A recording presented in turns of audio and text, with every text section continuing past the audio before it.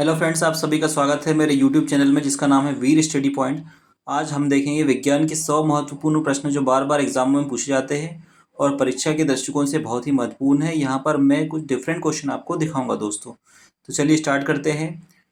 आगे आइए स्टार्ट करते हैं क्वेश्चन नंबर 1 से। देखिए, मक्खी का वैज्ञानिक नाम क्या है? तो मक्खी का वैज्ञानिक नाम होता है मस्का डोमेस्टिका। बहुत ही सिंपल क्वेश्चन है। क्वेश्चन नंबर 2 देखेंगे दोस्तों, प्रश्न क्रमांक 2। तो प्रश्न क्रमांक 2 है, फादर ऑफ बायोलॉजी किसे कहा जाता है? तो देखिए, फादर ऑफ बायोलॉजी कहा जाता है अरस्तु को। बहुत ही सिंपल क्वेश्चन है। इसके बाद देखेंगे, जीव विज्ञान की दो शाखाएं कौन सी है? तो जीव विज्ञान की दो शाखाएं होती है बॉटनी और जूलॉजी। सभी लोग जानते हैं वनस्पति विज्ञान और जंतु विज्ञान। क्वेश्चन नंबर 4 देखें, वनस्पति विज्ञान का जनक किसे कहा जाता है? इसका आंसर है थियोफ्रेस्टस को। इनकी किताब का नाम है हिस्टोरिया प्लानिटेरियम, जिसमें इन्होंने 500 किस्म के पौधों का वर्णन किया है। तो यहाँ ध्यान रखना है, व्यक्ति का नाम है थियोफ्रेस्टस और किताब का नाम है हिस्टोरिया प्लानिटेरियम। अगला क्वेश्चन देखेंगे, ये सेम इसी तरह से जुड़ा हुआ है किताब से, और इसमें आपको ध्यान रखना है कि वनस्पति विज्ञान के जनक है थियोफ्रेस्टस। हिस्टोरिया एनिमेलियम किताब की रचना किसने की है? तो ये रचना की है अरस्तु ने। ये हमारा है प्रश्न क्रमांक 5। आगे देखेंगे प्रश्न क्रमांक 6, जीवधारी के वर्गीकरण को वैज्ञानिक आधार किसने प्रदान किया है? तो इसका आंसर हो जाएगा जॉन रे। इसने क्या किया है? जीवधारी के वर्गीकरण को वैज्ञानिक आधार प्रदान किया है। अगला क्वेश्चन बहुत ही इंपॉर्टेंट है, वर्गीकी का जनक है स्वीडिश वैज्ञानिक जिनको कहा जाता है father of taxonomy, Carolus Linnaeus, और इनकी किताब का नाम है सिस्टेमा नेचुरी। तो यहाँ ध्यान रखना है आपको, काफ़ी बार रिपीट हो चुका है क्वेश्चन। अगला क्वेश्चन बहुत ही महत्वपूर्ण है, 5 जगत वर्गीकरण किसने दिया है? तो ये दिया है वनस्पति शास्त्री R.H. विटेकर ने वर्ष 1969 में। अगला देखिए क्वेश्चन, प्रश्न क्रमांक 9, 5 जगत वर्गीकरण क्या है? तो प्रश्न क्रमांक 9 जो है 5 जगत वर्गीकरण 5 किंगडम के बारे में उल्लेख करता है। तो ये है मोनेरा, प्रोटिस्टा, पादप, कवक और एनिमिलिया। 5 जगत वर्गीकरण जो दिए हैं R.H. विटेकर ने। अगला क्वेश्चन देखें, किंगडम मोनेरा में क्या है? किंगडम मोनेरा, तो मोनेरा में होते हैं प्रोकैरियोटिक जीव जिसमें सम्मिलित होते हैं जीवाणु, साइनोबैक्टीरिया और आर्की बैक्टीरिया। बहुत ही महत्वपूर्ण क्वेश्चन है, ध्यान रखना आपको। किंगडम मोनेरा या जगत मोनेरा में आएंगे प्रोकैरियोटिक जीव, जीवाणु, साइनोबैक्टीरिया और आर्की बैक्टीरिया। अगला क्वेश्चन देखिए, प्रश्न क्रमांक 11 है, किंगडम प्रोटिस्टा। तो किंगडम प्रोटिस्टा में आएंगे एक कोशिकीय यूकैरियोटिक जीव। यूकैरियोटिक जीव वे होते हैं जिसमें कोशिका होती है विकसित। अगला क्वेश्चन देखिए, बहुत महत्वपूर्ण है, पादप और जंतु के बीच की कड़ी किसे कहा जाता है? तो जिस प्रकार से सजीव और निर्जीव के बीच की कड़ी विषाणु को कहा जाता है, उसी प्रकार पादप और जंतु के बीच की कड़ी कहा जाता है किसको? युग्लिना को। अगला क्वेश्चन नंबर देखिए, क्वेश्चन नंबर 13, पादप जगत में क्या सम्मिलित है? तो किंगडम प्लांटी में आता है सभी बहुकोशिकीय प्रकाश संश्लेषी और उत्पादक जीव जो कि उत्पाद बनाते हैं और जो प्रकाश संश्लेषण करते हैं, और कैसे होते हैं? बहुकोशिकीय। अगला क्वेश्चन देखिए, किंगडम फंजाई या कवक जगत में क्या सम्मिलित है? तो वे यूकैरियोटिक या परपोषित जीवधारी जिनमें अवशोषण द्वारा पोषण होता है अवशोषण के द्वारा, और इसके एग्जाम्पल होते हैं परजीवी और मृतोपजीवी, मतलब ये दूसरों पर निर्भर होते हैं, ये होते हैं कवक। अगला क्वेश्चन देखेंगे, क्वेश्चन नंबर 15 है, किंगडम एनिमिलिया में क्या सम्मिलित है? तो ये बहुत ही महत्वपूर्ण, यहाँ पर 2-3 क्वेश्चन बन जाएंगे कि जगत एनिमिलिया है इसमें क्या सम्मिलित होता है? तो इसमें होता है बहुकोशिकीय उपभोक्ता। जो उत्पादक को खाते हैं वो होते हैं उपभोक्ता जीव, और इन्हें कहा जाता है मेटाजोआ। ये आपको याद रखना है। इसके कुछ एग्जाम्पल है, मछली, सरीसृप, उभयचर, पक्षी और स्तनधारी। किंगडम एनिमिलिया में। क्वेश्चन नंबर 16 देखें, मानव का वैज्ञानिक नाम, बहुत सिंपल क्वेश्चन है, होमो सेपियंस। प्रश्न क्रमांक 17 देखें, जीवन की आधारभूत संरचनात्मक एवं कार्यात्मक इकाई कौन सी है? तो ये होती है कोशिका। काफी एग्जाम में आ चुका है और आने की संभावना है। जीवन की आधारभूत संरचनात्मक एवं कार्यात्मक इकाई होती है कोशिका। सबसे छोटी इकाई माना जाता है इसको, कोशिका को। विज्ञान की किस शाखा के अंतर्गत कोशिका का अध्ययन किया जाता है? तो सेल का अध्ययन किया जाता है साइटोलॉजी के अंतर्गत। कोशिका की खोज की थी किसने? रॉबर्ट हुक ने।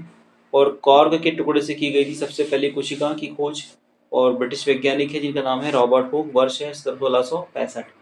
अगला प्रश्न देखिए, माइक्रोग्राफिया किताब किसकी है? तो ये किताब है कोशिका की खोज करने वाले वैज्ञानिक की जिनका नाम है रॉबर्ट हुक। अगला देखिए क्वेश्चन, कोशिका के अंदर के संगठन का सर्वप्रथम अध्ययन किसने किया? तो ये किया है एंटोनी वॉन ल्यूवेन हॉक ने। क्वेश्चन ध्यान से रिपीट करेंगे एक बार। कोशिका के अंदर के संगठन का सर्वप्रथम अध्ययन किया है एंटोनी वॉन ल्यूवेन हॉक ने। क्वेश्चन नंबर 22 देखेंगे। कोशिका विज्ञान का क्लासिकल काल किसे कहा जाता है? तो ये 19वीं सदी को कहा जाता है कोशिका विज्ञान का क्लासिकल काल। प्रश्न क्रमांक 23 देखिए। केंद्रक के खोजकर्ता थे रॉबर्ट ब्राउन। बहुत सिंपल क्वेश्चन है, काफी बार आ चुका है। वर्ष 1831। न्यूक्लियस के जो खोजकर्ता थे, केंद्र के खोजकर्ता रॉबर्ट ब्राउन। अगला प्रश्न देखिए। जीव द्रव्य या प्रोटोप्लाज्म की खोज किसने की और इसे नाम किसने दिया? तो यहाँ खोजकर्ता अलग है और उसको प्रोटोप्लाज्म का नाम देने वाले अलग हैं। तो खोजकर्ता है जीव द्रव्य के डुजार्डिन और नामकरण करने वाले हैं पुरकिंजे। ये आपको याद रखना, एग्जाम में आ सकता है। प्रश्न क्रमांक 25 देखिए दोस्तों। किस वैज्ञानिक ने कहा कि पादपों का शरीर सूक्ष्म कोशिकाओं का बना होता है? बहुत महत्वपूर्ण क्वेश्चन है। पादपों का शरीर बना होता है सूक्ष्म कोशिकाओं का। ये स्टेटमेंट सबसे पहली बार किसने दिया था? स्लीडन ने 1838 में। स्लीडन और स्वान के बारे में बहुत बार पढ़ने को मिलेगा। तो ये स्टेटमेंट है किसका? स्लीडन का। किसके बारे में है? पादप कोशिका के बारे में, सॉरी पादप के शरीर के बारे में है। अगला प्रश्न देखिए, प्रश्न क्रमांक 26। किसने बताया कि जंतुओं का शरीर भी सूक्ष्म कोशिकाओं का बना होता है? तो ये स्टेटमेंट था किसका? स्वान का, सन 1839 में, जिसने कहा है कि जंतुओं का शरीर भी सूक्ष्म कोशिकाओं का बना होता है, जैसे पादपों का शरीर बना होता है। किसने बताया कि नई कोशिकाओं का निर्माण पहले से मौजूद कोशिकाओं से होता है? तो ये याद रखना है आपको। सन 1855 में विर्चो ने बताया है, वीरचो ने बताया है कि नई कोशिकाओं का निर्माण पहले से मौजूद कोशिकाओं से ही होता है। प्रश्न क्रमांक 28 देखिए। प्रोटोप्लाज्म थ्योरी जो है देने वाले हैं मैक्स सुल्ज, 1861। अगला देखिए क्वेश्चन, प्रश्न क्रमांक 29। किसने कहा कि केंद्रक पैतृक लक्षणों की वंशागति में भाग लेता है? महत्वपूर्ण क्वेश्चन है ये। और ये कहा है स्ट्रॉसबर्गर ने 1884 में। ये जिस प्रकार से जेनेटिक सिम्टम ट्रांसफर होते हैं तो इसमें भाग लेता है केंद्रक भी भाग लेता है। ये कहा है स्ट्रॉसबर्गर ने। अगर देखिए गाल्जी उपकरण या गाल्जी बॉडी की खोजकर्ता कौन थे? तो ये थे कैमिलो गॉल्जी। इन्हीं के नाम पर इसका नाम दिया गया था गॉल्जी बॉडी, वर्ष 1898। अगला देखिए केंद्रक के भीतर केंद्रिका की खोज किसने की? बहुत ही महत्वपूर्ण क्वेश्चन है। केंद्रक के भीतर केंद्रिका की खोज करने वाले हैं सन 1774 में फोंटाना।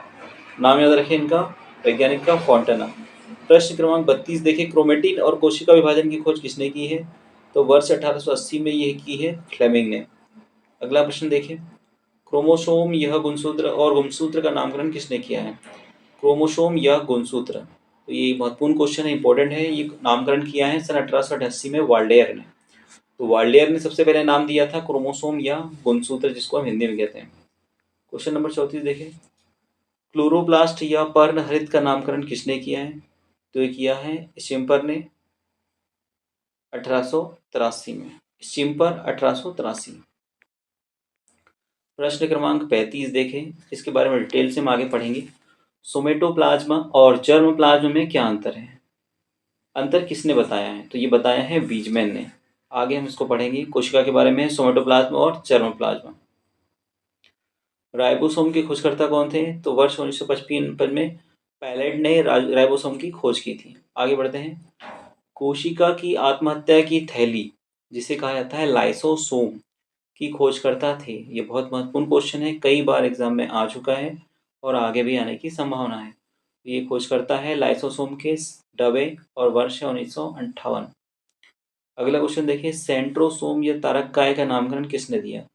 तो सेंट्रोसोम या तारक काय का नामकरण दिया है 1888 में बावेरी ने। देखिए दोस्तों, क्वेश्चन कोई डिफरेंट और टफ लग सकते हैं, पर ऐसे ही क्वेश्चन आजकल एग्जाम में आते हैं, तो हमें इसको मिस नहीं करना है। क्वेश्चन नंबर 39 देखें।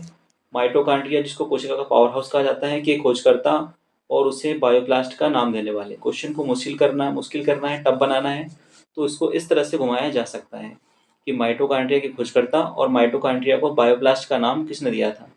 तो ये देने वाले हैं ऑल्टमैन, वर्ष 1890। ऑल्टमैन। प्रश्न क्रमांक 40। माइटोकॉन्ड्रिया को माइटोकॉन्ड्रिया किसने बोला है? ये कहा है बेंडा ने। याद रखना है कि माइटोकॉन्ड्रिया का नामकरण किसने किया है? बेंडा ने। और माइटोकॉन्ड्रिया को जो है बायोप्लास्ट किसने कहा है? ऑल्टमैन ने। चलिए आगे बढ़ते हैं। क्वेश्चन नंबर 41 देखिए। माइकोप्लाज्मा कोशिका का आकार कितना होता है? तो माइकोप्लाज्मा कोशिका का आकार होता है 0.1 माइक्रोन। बहुत छोटी होती है कोशिका।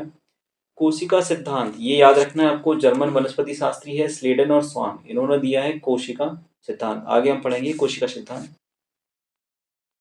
अब देखिए क्वेश्चन नंबर 43, कोशिका सिद्धांत का अपवाद क्या होता है? तो इसका याद रखना है आपको, एग्जाम में जब भी आए तो याद रखना है इसका अपवाद होगा वायरस, क्योंकि इसमें कोशिका नहीं होती।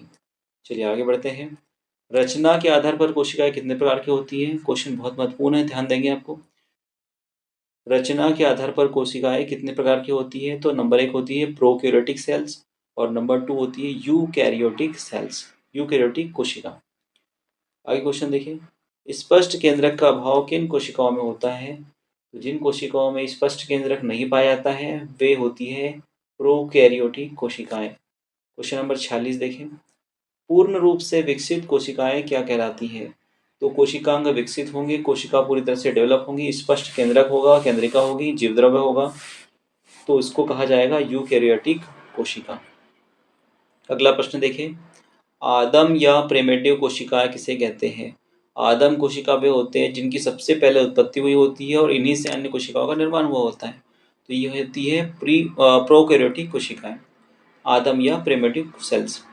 क्वेश्चन नंबर 48 देखेंगे, किस कोशिका में केवल एक गुणसूत्र पाया जाता है? तो ये होता है प्रोकैरियोटिक कोशिका में। क्वेश्चन नंबर 49 देखें, 49, किस कोशिका में समसूत्री कोशिका विभाजन होता है? तो ये पूर्ण विकसित कोशिका जो होती है यूकैरियोटिक सेल्स, इनमें होता है समसूत्री विभाजन। और आज का अंतिम क्वेश्चन देखेंगे, किस कोशिका में केंद्रक केंद्रिका उपस्थित होते हैं? तो जैसा कि हमने पहले बता दिया है कि ये होते हैं यूकैरियोटिक सेल्स में, जो होती है पूर्णतः विकसित, और अविकसित होती है प्रोकैरियोटिक, जिसमें केंद्रक और केंद्रिका का अभाव होता है। तो दोस्तों अगर वीडियो अच्छा लगा हो तो इसको लाइक करें, अपने दोस्तों के साथ शेयर करें और चैनल को सब्सक्राइब जरूर करें। जय हिंद, जय भारत दोस्तों।